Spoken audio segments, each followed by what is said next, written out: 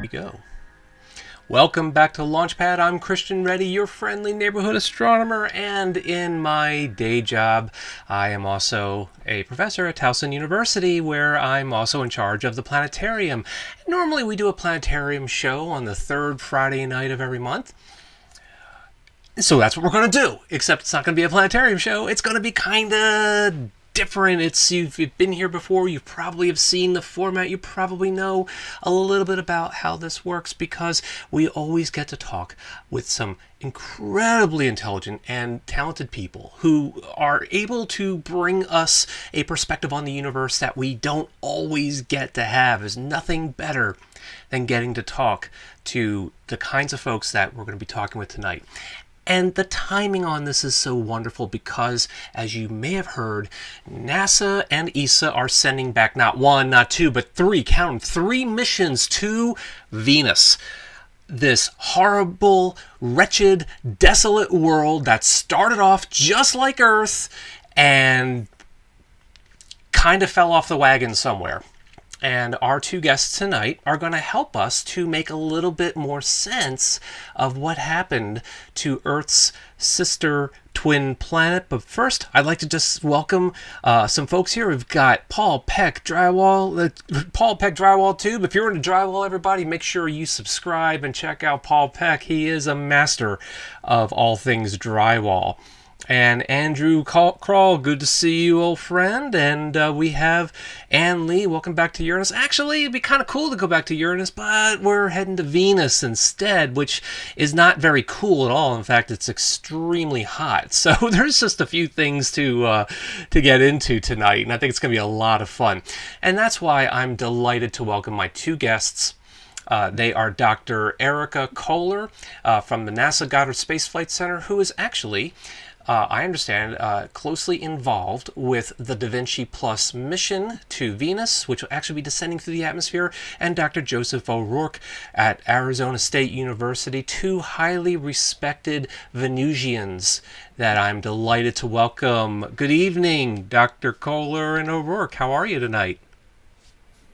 Good evening. I'm doing great. Thanks for inviting me. Fantastic, and I hope everybody hope everybody's able to pick up on the audio here. I'm trying to make sure that I've got. I had a few little audio problems, which never ever happens on Launchpad Astronomy. The audio is always just exactly perfect.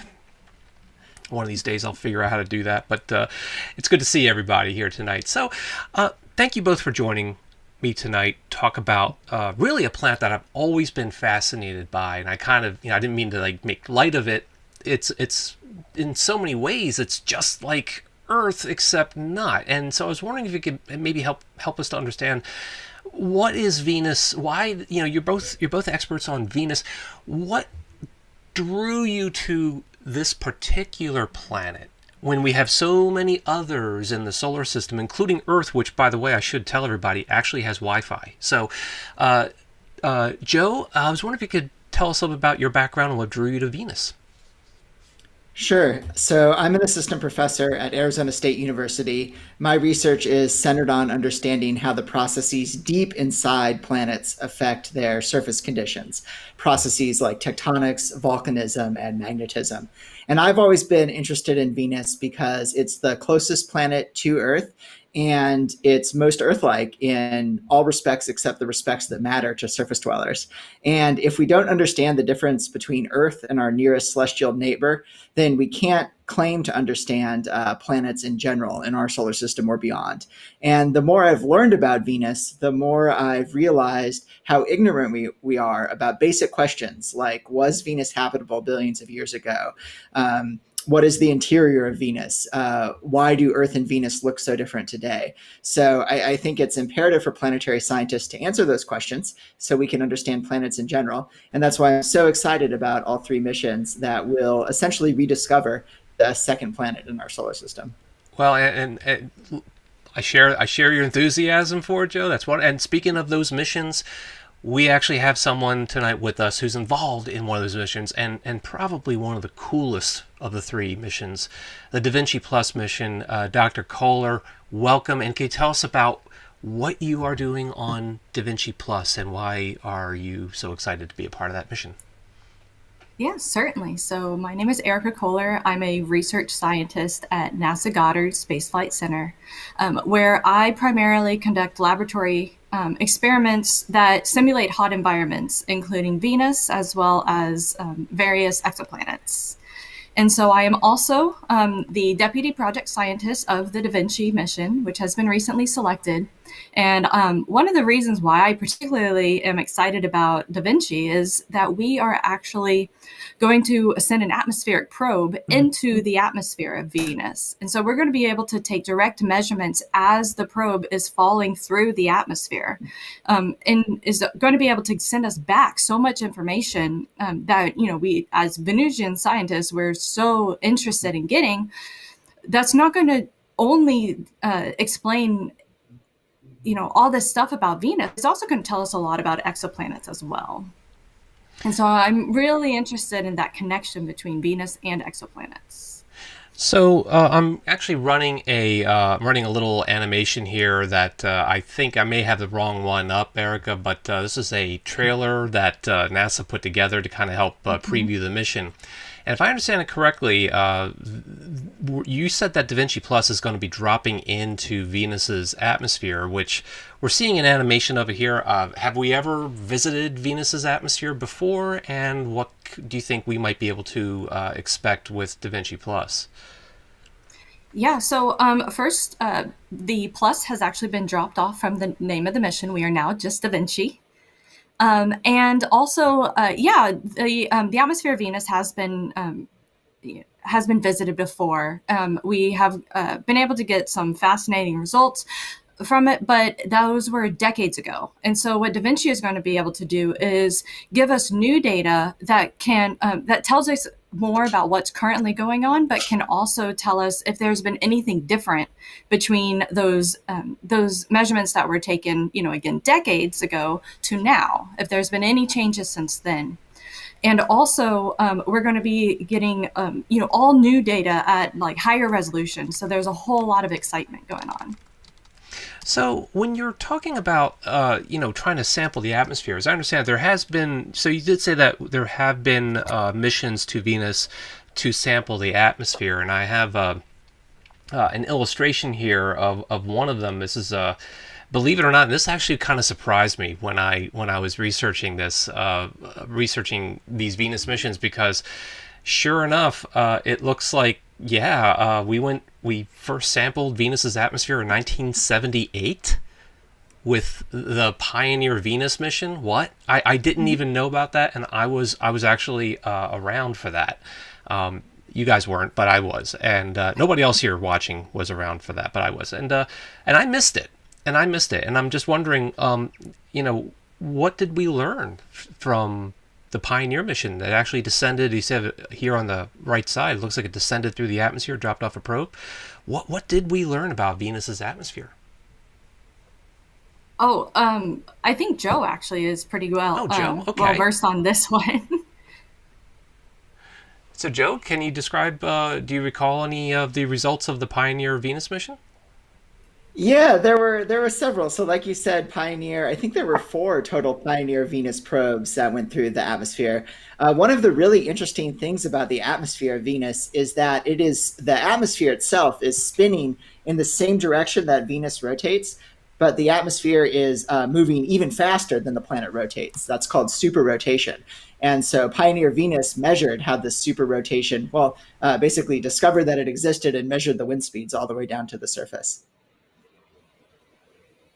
We have an atmosphere that is, so you're saying the planet is rotating underneath the atmosphere. The atmosphere is actually kind of like revolving around the planet, you might say. Why would that be the case? Like, what creates this super rotation? We don't have anything like that here on Earth, right? I mean, we have wind, of course, but that's not the same thing. Or is that the same thing? Are we talking about these continuous winds that blow the atmosphere around? Yeah, it's a continuous wind, and it is unlike anything we see on Earth, and it is a mystery. I think what drives super rotation in the atmosphere today. One of the many mysteries at Venus that is waiting to be unveiled. Well, speaking of mysteries, people are already asking questions, and Space TV has a great one, which actually they just asked the question I think I would have asked each of you had I been a better interviewer.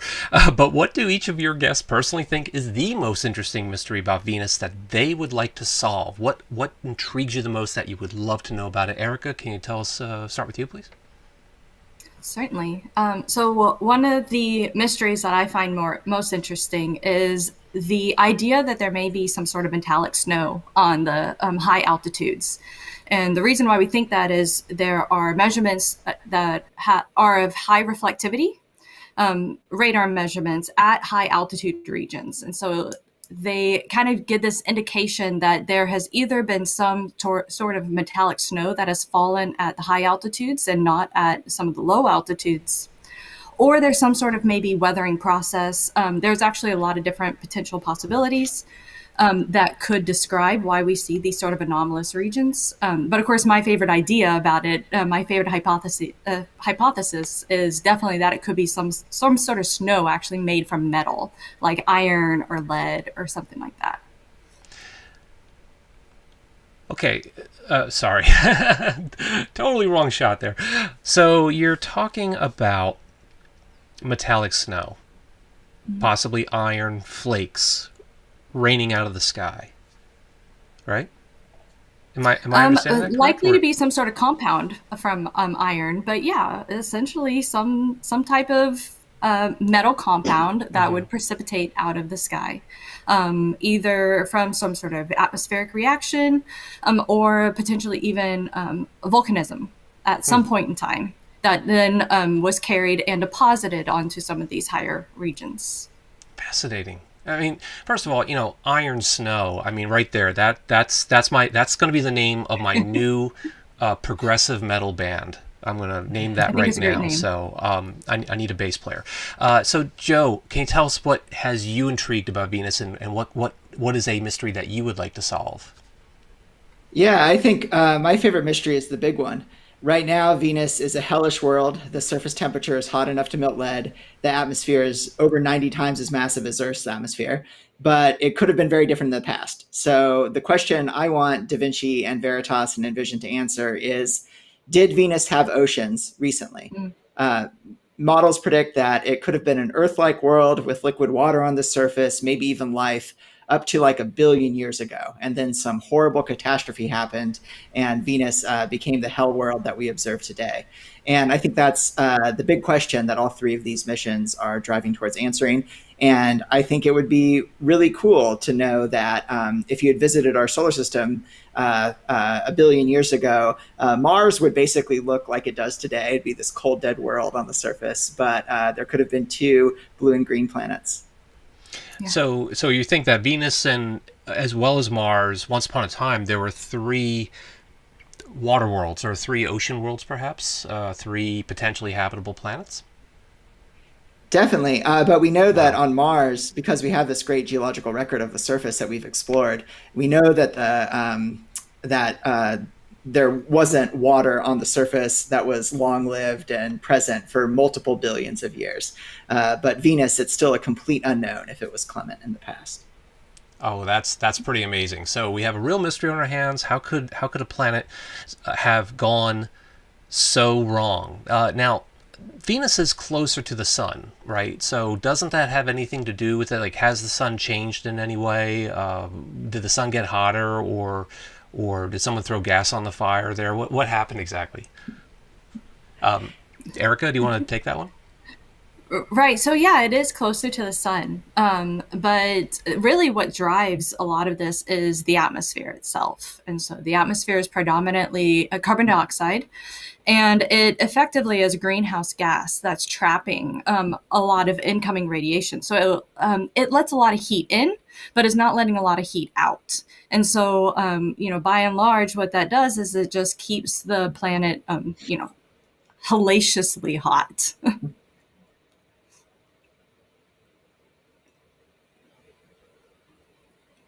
Its proximity to the sun had something to do with it, but you don't think that that's the sole reason, right? Like, Right.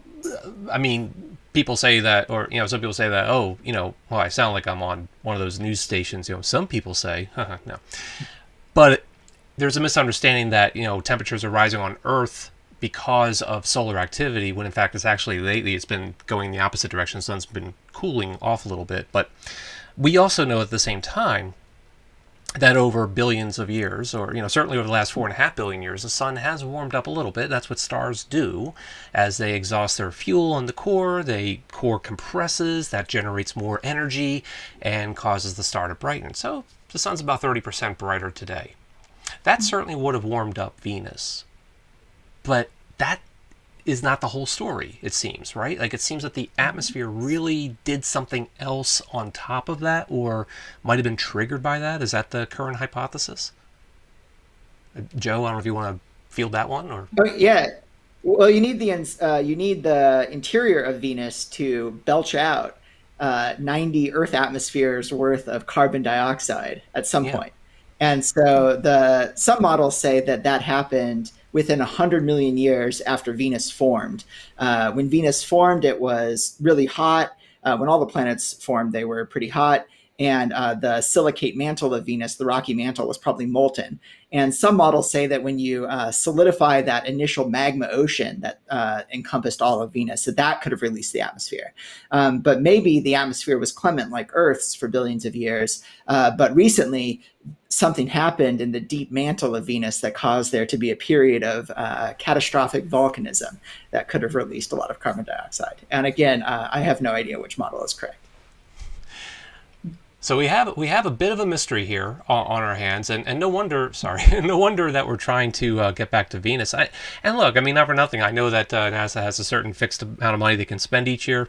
I know it must have excited both of you to see these 2 missions get selected from the United States. Plus, there's a third mission that the Europeans are going to send following up the Envision mission, which is a radar mapping mission.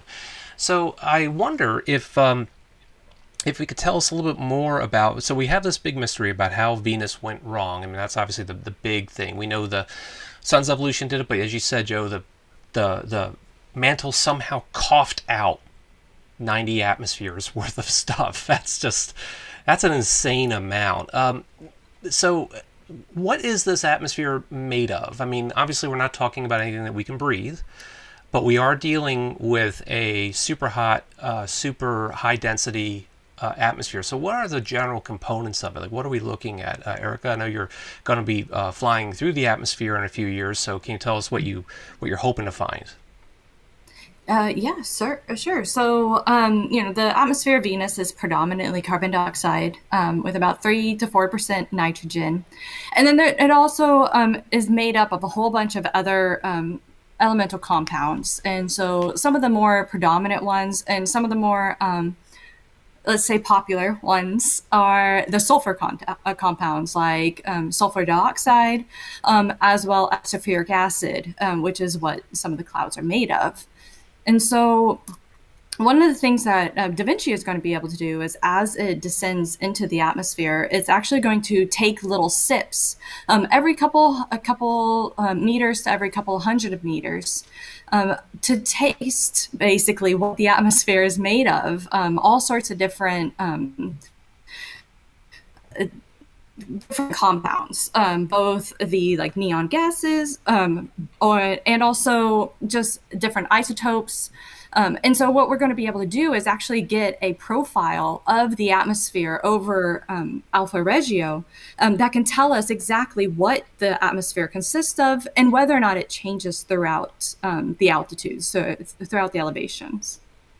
So there's a question that's come up here, and pardon me, I'm kind of as you're speaking, Erika, I'm taking a look at the comments that are coming in, and I realize I'm not up on the screen to talk with you, so that's rude of me. My apologies. One of these days I'll figure out how to do this. But anyway, there's a comment here from Roger M. saying that the main problem and enigma with Venus, it is not its CO2 dense atmosphere, it's backward slow rotation. Well, first of all, let's talk a little bit about that. Venus does have a retrograde or backward rotation, right? And what's up with that? Joe, do you want to give us a shot on that one? Yeah. Well, the first thing I would say is that, Roger, if you were there, you would think that the atmosphere was a bigger problem than the slow rotation. But maybe in a broad scientific sense, you could be correct. Yeah, you might detect a theme about my answers, but no one knows why Venus is rotating slowly and why it's backwards or retrograde. I don't know. You don't know. No one really knows. It could have been a result of something that happened when Venus first formed. Maybe it suffered a giant impact that knocked it over and slowed it down, but somehow did not produce a moon. Or it could be the result of a balance between forces exerted on the solid body of Venus by this thick atmosphere over time, and also by tidal interactions with the sun. So again, like a lot of things about Venus, we don't quite know why it's rotating so slowly, but hopefully these new missions can give us some new insights. Okay, so we have an open question as to what's going on. Yeah, Andrew. Yeah, Venus is spinning oddly. That's for sure. It's very slow. It seems to have a longer. If I understand it right, it takes longer for it to rotate once on its axis than it does to actually go. Its day is longer than its year, right? It takes longer to complete one rotation than it does to complete one orbit around the sun. Correct? Yeah, they're about the same, but yes. Okay, about the same. So you've got the sun rising in the west, setting in the east, almost like the better part of a year later is what it comes down to. So the days are pretty long. And when you have that kind of heating, I mean, you have this very thick atmosphere surrounding it. Does that really mean that despite the fact that there is a night side to Venus, despite the fact that there's one part of Venus that's exposed to the night side, what does that really mean for the temperatures? Is there really such a thing as a warm side on the day side and cooler night on Venus, or is it really not that much of a difference? What are your thoughts there? So what we've noticed actually is that the atmosphere is pretty homogeneous throughout it, and not exactly in height, but more of along the surface. So basically, if you're taking the surface measurement at the poles versus the surface measurement at the equator, you're actually going to be getting approximately 470 degrees Celsius. We also expect it to be very similar. Yeah. Wow, and that's the pressure hot. also is about 100 nuts. bar. Yeah, it's I definitely would not want to live there. Okay. Yeah, I'm thinking I don't like it either. Yeah. Exactly. I mean, come on, that's might be a bit rough. 93 atmospheres. I mean, that's you'd have to push your way through that atmosphere, to shove into that atmosphere, right? I mean, it's isn't it what's called a supercritical fluid at that point? Like it's. Yes. I mean, you're suffocating, you're being poisoned, and now you have to shove your way to get to the nearest 7-Eleven. I mean, what kind of? Are you sure you want to go back to Venus? I mean, what is going on? So yeah, that's pretty amazing to think about that. You said it was about 900 or 500 Celsius. I've heard that that's hot enough to melt lead, just to kind of put that into context. And yet we have sent spacecraft to Venus before. They've made it to the surface. They didn't last for very long, right? I'm talking about the Venera probes. Could either of you speak to just kind of like summarize like what we learned from Venera, from the surface, like what the ground truth of Venus is like? Joe, can you enlighten us on that, please? Yeah, so those probes were built by the Soviet Union, and they survived for a few hours each on the surface. They took these really haunting pictures of the surface, but they landed on the part of Venus that is called the smooth plains, and they measured the chemical composition of the rocks they landed on with pretty large error bars. It was decades old technology by now, but they found that the composition of the rocks, at least in most of the locations where they landed, is consistent with basalt, which is what makes up the oceanic crust and Earth, and is a really common rock that's produced by volcanism on Earth. So we have some pictures here. This is obviously an artist's impression of Venera, or one of the Venera probes getting struck by lightning, I guess. And here are some actual images. So again, we do have some ground truth, such as, but you said this had pretty big error bars, right? Not quite the not quite the quality we would like. But then again, what do you expect? You're operating under these conditions. And this, by the way, was when did this all take place? This was in the 60s and 70s, I believe, or the 70s. Okay, yeah. Yeah, I Um, believe so. Yeah, and so I think everyone in the Venus community is elated that these three missions got selected, but there's still a lot more of Venus to explore even after these three missions fly and do really great science. So I saw some people in the chat mention sending a balloon or a blimp to the atmosphere to better understand all the chemistry that's happening there. But it would also be great to send new landers to Venus to take Oh, much okay. better chemical measurements of the rocks. That would be cool. That would be very cool. I'm just switching around here behind the scenes. Sorry, everybody, as I play around with this some more.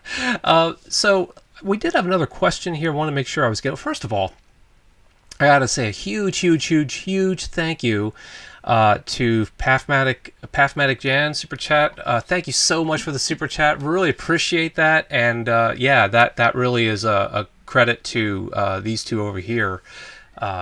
Enlightening us about Venus. I'll just say this: if you have a question, I'm trying to bring up all the questions I can. Super chats will take priority. If you are a student of mine and you have a question, you may not super chat because you're a student and you're broke. So I don't want to see any super chats out of you. But please do ask your questions, and I'll try to get to them as best as I can.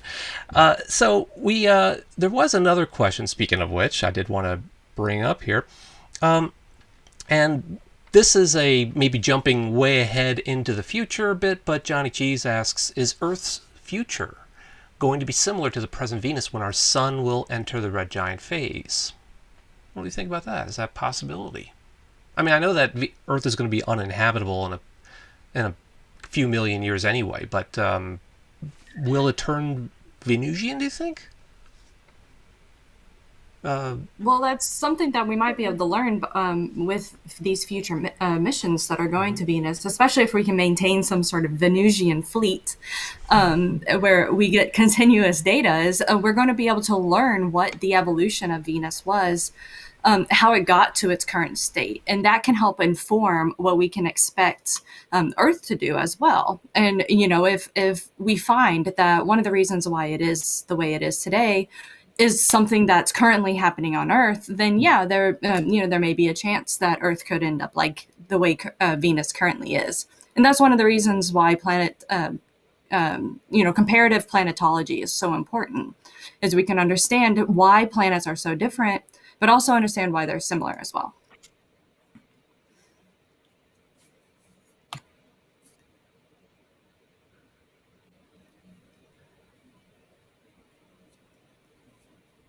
About the nature, about the nature of phosphine that was detected.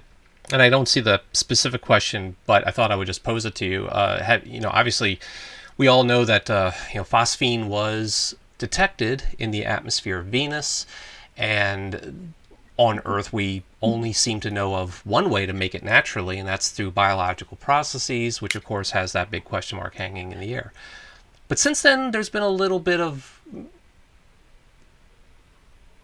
controversy surrounding that, and I was wondering if you'd like to speak to any of that, Joe. If you could tell us a little bit about the phosphine finding and what the current thought on the presence of phosphine in Venus's atmosphere is right now.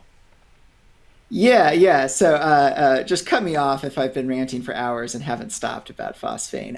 But yeah, so phosphine is thought to be a gas that is only associated with life on Earth.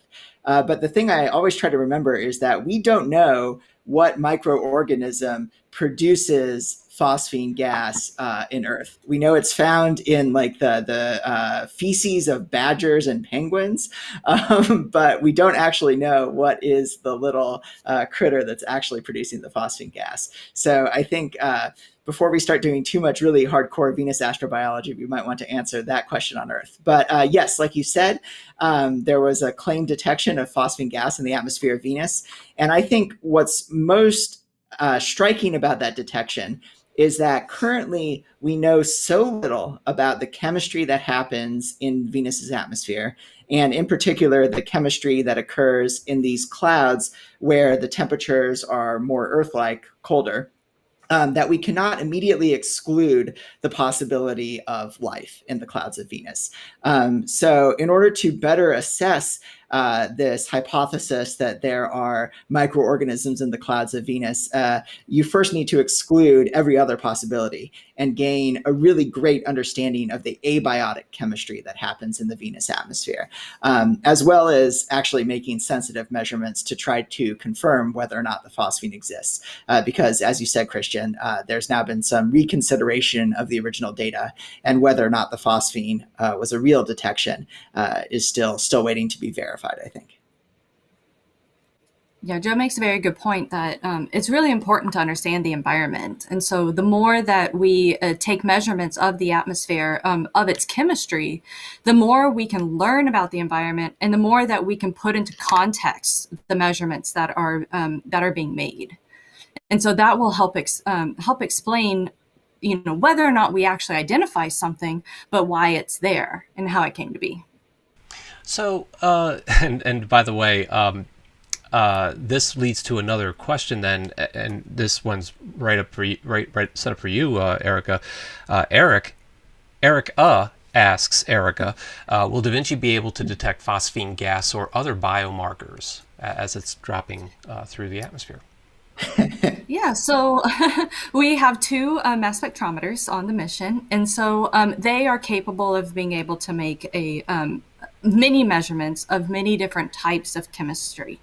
And so we have the ability to, again, make a whole bunch of measurements as we go down through the atmosphere of the composition, of the chemical composition of the atmosphere. And so we're currently discussing right now all of the different trades that we might need to make and make sure that we highlight and get exactly the type of measurements that we want to take. So then, since we are talking about the presence of phosphine, and perhaps if this is something I can bring this back up here. So Joe, this is my question for you. Or actually, Chris has a question for you. What was the source of Venus's volcanism? Do we know if it has to do with plate tectonics, or was it a different mechanism?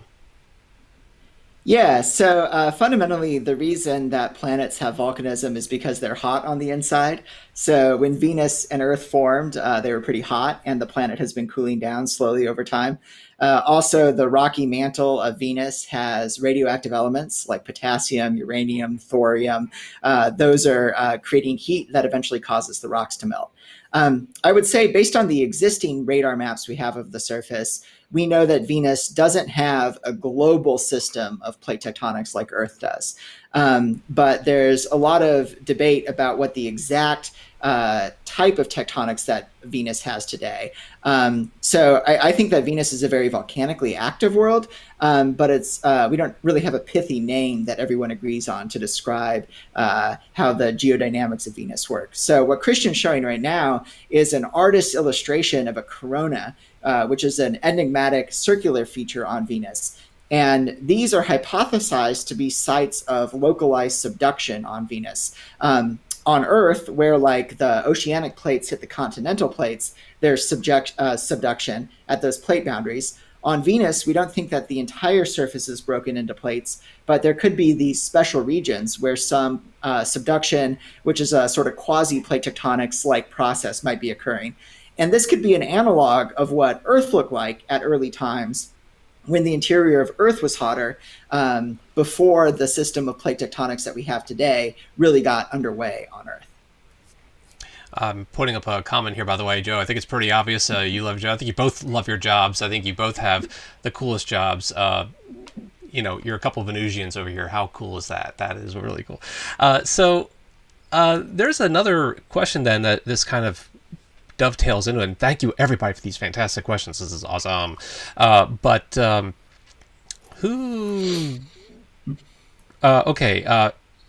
have a film recommendation for Venus Wars. Are you familiar with this film? I've not heard of it. Okay, me neither. All right, that's cool. I dig that. Yep, me too, Pathmetic. I get it. So we have these weird kind of, I want to say tectonic activity, but not plate tectonics. I mean, Earth's crust is fractured into these huge slabs of crust which slide around over top the magma, and that we get subduction, we get all these really cool things going on. We can, we can reshape our landscape. How did Venus reshape its landscape? It seems like it didn't really get into plate tectonics, did it? It seems like it just kind of like, vomited magma all over the place, right? Erika, do you want to speak to that? That's actually a good way to put it. I'm sorry, I didn't mean to gross anybody out, but that's kind of what I think of Venus. It's like, out goes the magma. Yeah. Joe is definitely would know a whole lot more about this than I would, but what I'm aware of is that basically almost the entire surface of Venus was restructured, in the geologic timescale way back, and so that's actually one of the interesting things is that. From a surface perspective, Venus is actually relatively young, and it's because of these volcanoes that have just completely covered the surface in essentially new rock, and I think that's pretty neat, personally. And Joe, just to let you kind of take it from there, so how is it that what kind of landscapes do we get as a result of all this volcanism, and in what ways is similar and what ways is different than what we have here on Earth? Yeah, so there's been a controversy about the style of volcanism on Venus that's been raging since the last mission to Venus, which was about 30 years ago. So as long as I've been alive, people have been arguing about how volcanoes work on Venus. There's one camp that says that Venus, about 1 billion years ago, suffered an episode of catastrophic resurfacing, meaning that the entire planet, or like 90% of it, was covered by volcanic flows within like 100 million years, a geologic eye blink. And then other people think that volcanism has occurred in a more steady rate over time. But what we absolutely do know for sure is that there's just a tremendous diversity of volcanic features on Venus. There are shield volcanoes, like cone volcanoes, like we'd see on Earth. There are also these weird pancake domes, which are volcanoes that are called pancake domes because they look like pancakes. There you go. You see one there. I was trying to bring one up here. Hang on, let me see. Oh, yeah, you flash by it. And also, one thing I'm really interested in is... Hang on. Sure. There are these volcanic channels on Venus that the longest of these is actually the longest channel anywhere in the solar system. It's like 6,800 kilometers long or something. And it's super long and thin. It looks like it was sort of carved by water, but that can't be because Venus doesn't have any water. But it was probably formed by some sort of exotic lava. And yeah, so those are the pancake domes, which look sort of like volcanic eruptions that occur deep at the bottom of the ocean on Earth, which would be a good analogy because the surface of Venus is like being under this ocean of carbon dioxide. Oh, wow. And so these are, I take it, so by the way, these are radar images that were taken by the Magellan spacecraft. So how do we get to did Magellan like fly into Venus's atmosphere and like do these like flybys and catch these really cool side shots of the volcanoes? What's going on here? Yeah, so Venus's atmosphere is opaque in visible wavelengths. If you were just staring at it, it would be sort of homogeneous and bland and white, sort of boring.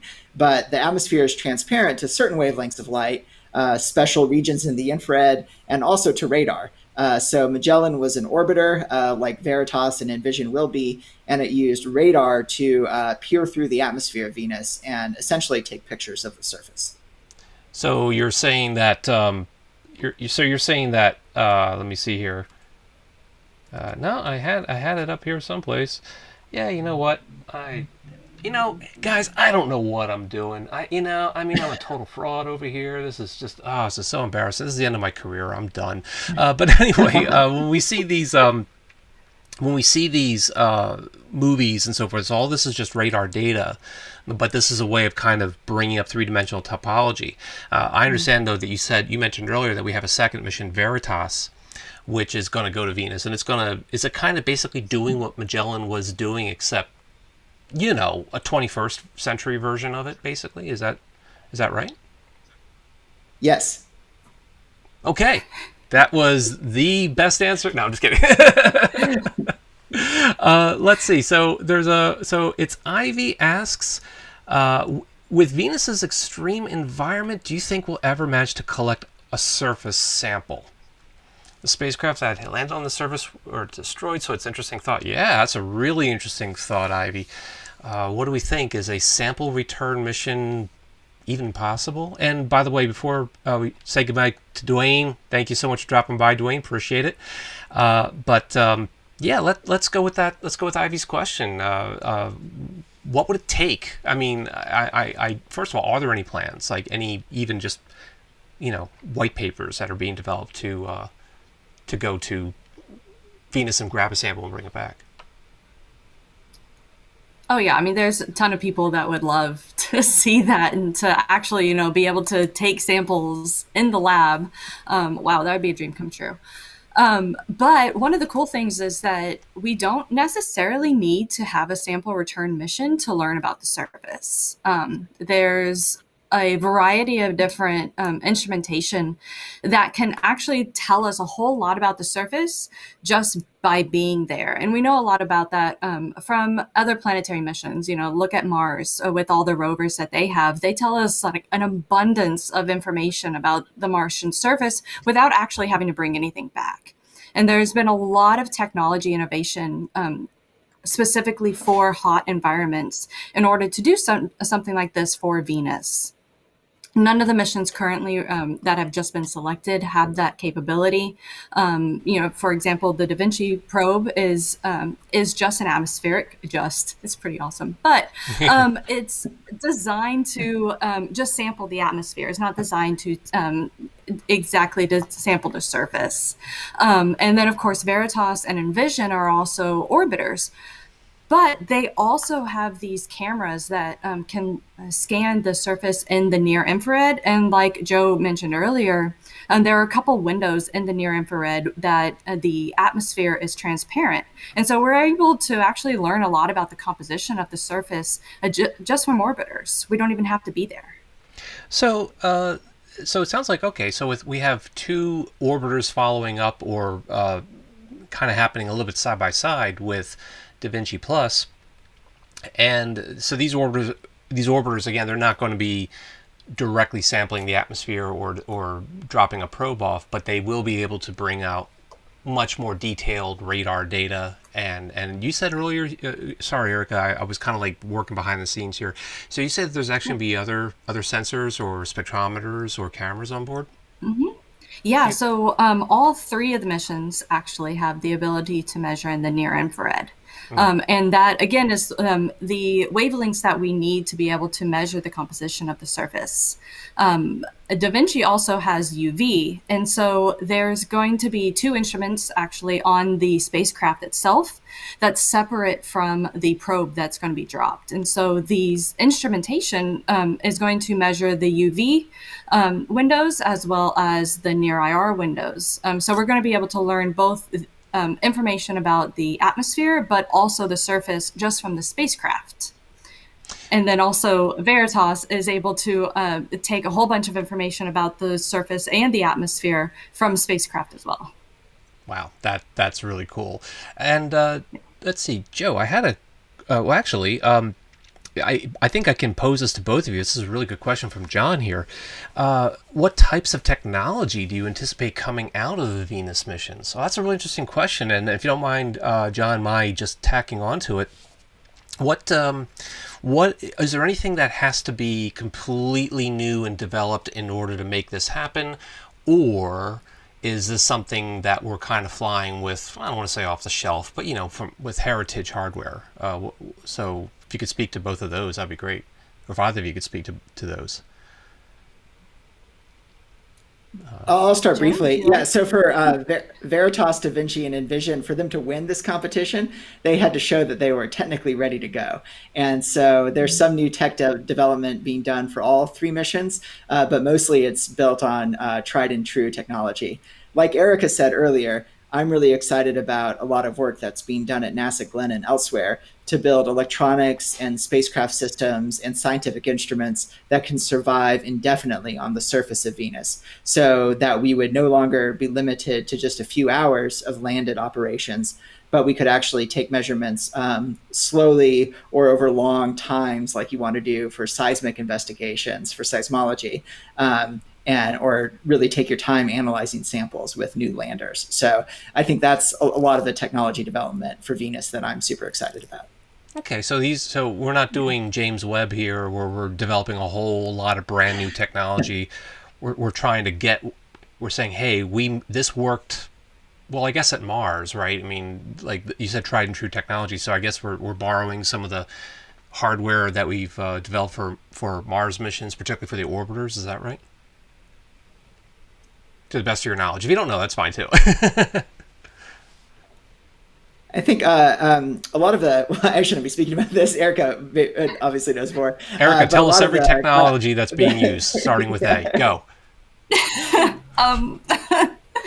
I actually, so if I could go back a little bit, I couldn't hear your question. Oh, okay.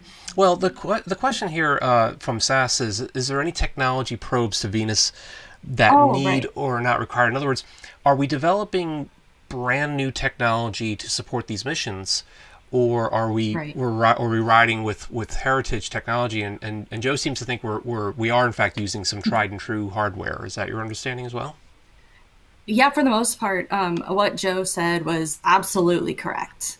One really neat thing about Davinci is that we actually have a technology demonstration experiment, and it's called QVIS, and it's going to be able to make measurements in the UV. That's going to be able to tell us a whole bunch of information about like radiation balance, physical properties, composition of the clouds, just from, again, this instrument, which is called QVIS, that's on the spacecraft.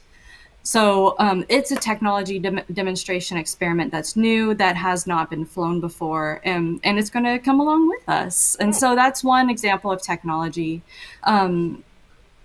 One really cool thing about planetary missions is the data that we get from it kind of is like the gift that keeps on giving. Yeah. And we can use the same data set and analyze it multiple times in many different ways and learn new things constantly from it. And so the more data we get and the more analyzing that we do, the more we can learn about the environment, and the more that we can use that to enhance our capabilities, so that we can learn, maybe next time we found this really cool, interesting thing. Next time, what if we spend more time there? Okay, well, how can we slow down the descent? Or how can we stay there longer and take more of this type of measurement? And so the data tends to inform the next set of missions. Totally makes sense. And actually, there was another. If you don't mind my flipping back, trying to keep the context somewhat straight, but there was a question about the descent of Davinci Plus. You're going to be in the atmosphere for a while. About how long do you think you'll be able to sample the atmosphere for? And about how long do you hope to last survive on the surface? Do you any modeling so far to give you an idea of that? Certainly. So we expect that the full descent is going to take around an hour. Give or take a little bit, a couple of minutes. But that's an hour that is actually falling through the atmosphere, which actually sounds pretty slow when you think about it, especially if you compare it to, the 7 minutes of terror from, Mars missions. And so it will be about an hour. And we do not we're not required to actually take any measurements on the surface, but we're hopeful that we're able to continue to take measurements as long as possible, so that we can get the most amount of information from the probe as possible. While we're here, Erika, there's another question here. Will there be audio sampling with Veritas Davinci? Ooh, are you going to carry a microphone on the way down? That's a great question. I know Davinci does not. I have no idea if there's any way to do that from Veritas or Envision. That's also not to say that there isn't some way to auto sample that's been proposed on any of the other missions. Because if you, a lot of these missions actually take a long time to be selected. So Veritas and Davinci, and I think even Envision have been reproposed multiple times. Right. And so some of these other missions that are being, considered right now, that are getting ready for the next proposal call, they may have a lot of new information, a lot of new technology development that, maybe we'll find out the next time that one gets selected. Fantastic. Hey, by the way, this is so cool. Surrogacy, thank you so much for the super chat. €10 from Surrogacy. Why no one considers an astronomic catastrophic event that happened in the distant past, which killed the dinosaurs on Earth, blew atmosphere away of Mars, and turned Venus on its side, making the real hell here? Okay, so could Venus's runaway greenhouse effect been set off by an external impactor? Let's say, is that a possibility?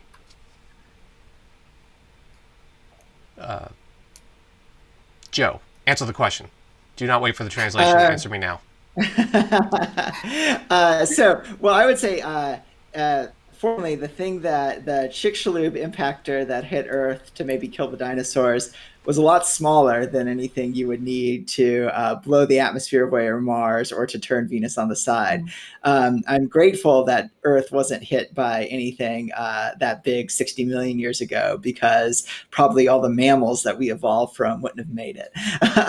But yeah, I mean, it's like giant impacts are planetary scientists' favorite thing to invoke to explain anything that's a mystery about almost any planetary body in the solar system. The question is, how do you find evidence that such an impact occurred? What is the scar or the evidence that it would leave behind that you could be, yes, something hit this world in the past?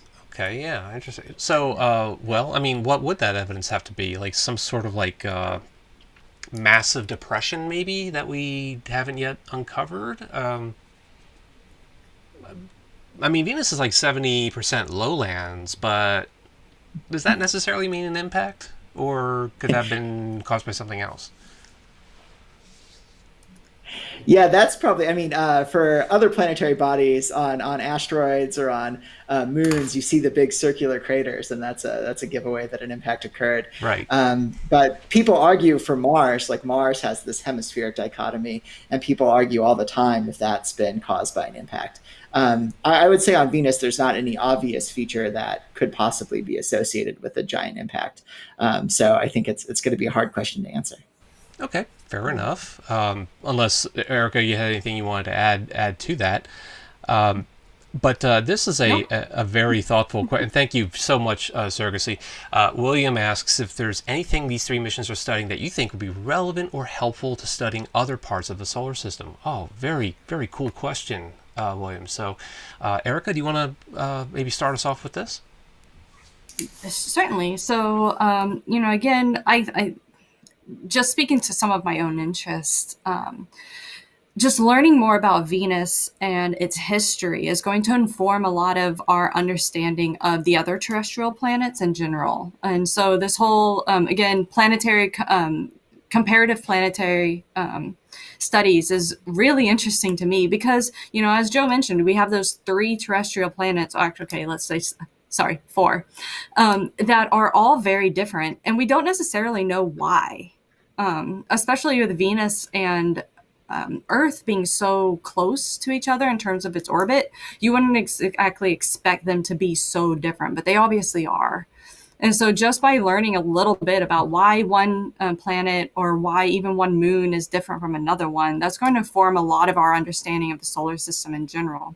And then, of course, you can take it out from there, and it helps inform our understanding of other solar systems as well. Sorry, I was muted there. My apologies. So now we're in the age of not just solar system, but solar systems. There are 4,000 plus exoplanets and counting. You mentioned this. We've heard about Venus being described as the exoplanet next door.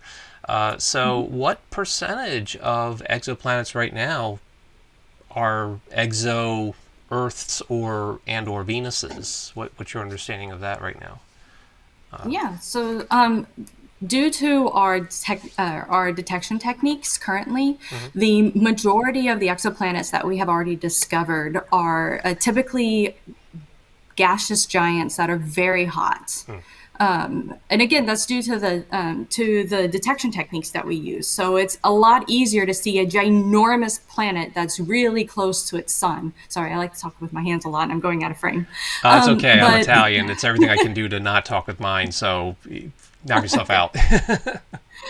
yeah, so yeah, they're going to be these ginormous planets that are very close to their sun. We call them a lot. We compare them to our own planets here. Hot Jupiters, warm Neptune, stuff like that. Hmm. But we actually expect that the majority of the planets that actually exist are going to be more like Venus. And so, not only are we expecting Venus-like exoplanets to be more abundant, but we also expect them to be more easily observable in the future. And so the more that we learn about Venus now and put it in the context of our own solar system, we'll be able to actually better understand and better constrain other planets outside of our own. Or sorry, our own solar system. Our own solar system, right? Yeah. Which solar system Yes. are we talking about? Yeah. It's fantastic. There's so many other questions, and I'm literally trying to get through as many of these as I can. We're actually almost coming up to the end of our time here, so maybe we can do a couple of very short, rapid fire type style questions, if that's okay. And I'm sorry if I'm not going to be able to get to every single question here, but there were so many great ones. Will DaVinci Plus also record movies, take movies during EDL, like Perseverance, during the 63 Minutes of Terror?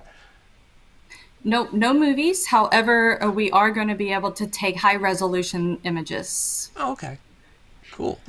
Let's see. We also have, well, I think we already talked about this. Could there be hotspots like Earth has for supervolcanoes? I think the consensus is yes, or at least probably, you think?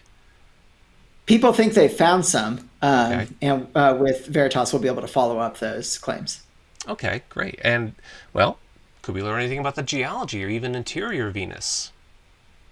Yeah, one thing we haven't mentioned yet is that Veritas and Envision will be measuring the gravity field of Venus Hmm. by very precisely tracking the spacecraft orbits and how they're perturbed by the gravity field of Venus. So that will tell us if the core is liquid or solid, and maybe some other things about the deep, deep interior of Venus. Sorry, Joe, I'm staying on you here because this is Arjan has this follow up, which I think is right right on the money here. Do you think it's as hot as Earth's, or is it some other more efficient process that's repaving the surface?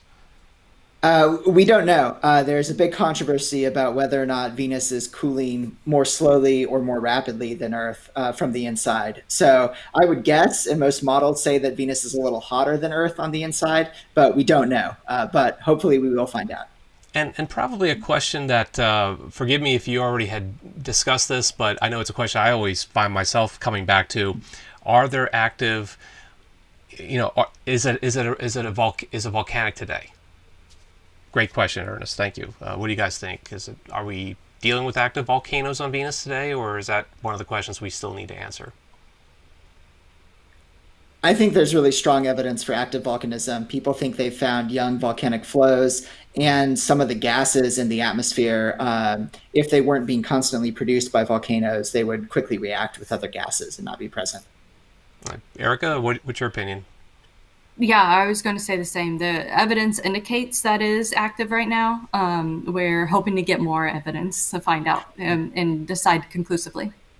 Well, I'm disappointed. I was really hoping that you would say that Joe's wrong and that we could have this big, huge fight. But okay, Venusians are Sorry. so nice to each other. That's the problem. It is a great community. Exactly. And Johnny was asking, from all the radar data gathered, are there hints for the existence of lava oceans or lakes? So I guess if I'm understanding the question, liquid lava oceans or lakes. Oh wow, that's an interesting question. What do you think? Is that a possibility? I don't think we've seen any so far, but maybe in the new radar images. they cool pretty fast on the top, at least. Right. That's the problem. We would Yeah. almost need to get like something that like Cassini got from Titan, where it sent radar signals down and they just didn't come back. Right? They just skipped off the liquid methane and went off in the other direction. It sounds like we would need to see those kinds of like negative returns or null returns to say that, hey, there's probably something smooth and liquid down there. Or would that necessarily not be enough evidence? I mean, I think this is me hypothesizing here is that if this exists on Venus, it's definitely going to be in its past, not currently. But I'm happy to be proved wrong. Wouldn't that be nice? Yeah, that's a great thing about jobs like this. It's like we get to be wrong all the time and go, cool, we learned something new. Yeah. Let's see. And uh, this is fantastic. I really appreciate all of your questions here. So I've got a let's see. There was one other question. Well, actually, this is all right. Well, this is kind of a fun question, I think. But and I can't quite find it here. But oh, there it is. I've just found it. What do you look for in launch providers? Um, This is the there's a lot. this is the part where you get to say, like like which one's offering the best deals on fares to Venus right now? Like, what's the is it like a want to I'm getaway afraid type of that's thing? above my Like, pay grade. I understand. I understand. I don't know if you have any opinion on that. I guess my preference would be something that gets there and is successful. And then there's some talk about doing a blimp mission and have IR cameras. There actually is a proposal on the books to send airships to Venus. First of all, why would an airship even be a possibility? Like, what is it about? Like, is there any place in Venus's atmosphere where it would be safe to fly an airship? Yeah, so there's actually an area in Venus's atmosphere that is very Earth-like. It's going to be of a similar temperature that we have, as well as a similar pressure. And so, some of the interest right now is that we should be able to have a blimp mission that is able to kind of maintain that elevation, that altitude in the atmosphere, and take measurements as it kind of scoots around. One of the cool things is not only are we able to try to develop something that's going to be able to exist at Earth-like conditions, but the Venus's atmosphere is actually rather buoyant because of how thick it is, and so that buoyancy actually makes ideas like blimps and other mission concepts that are similar to that relatively easy. I mean, it's all hard. It's all very hard. Right. But the buoyancy factor definitely makes some aspect to it a little bit easier than some other ideas. That kind of makes sense, and I think we're just looking right now at a concept mission that was put together. But yeah, it's exactly that. Just going ahead and taking a dip into Venus's atmosphere, and well, you can see the concept here, folks. You're in this buoyant atmosphere. You're also at basically one atmosphere of pressure. So this is, believe it or not, this is shirt sleeve weather and shirt sleeve temperatures. Not that you can breathe it, right? I mean, we're not going to be breathing air, but this is actually doable in the sense of, yes, it won't necessarily kill you just by virtue of being there.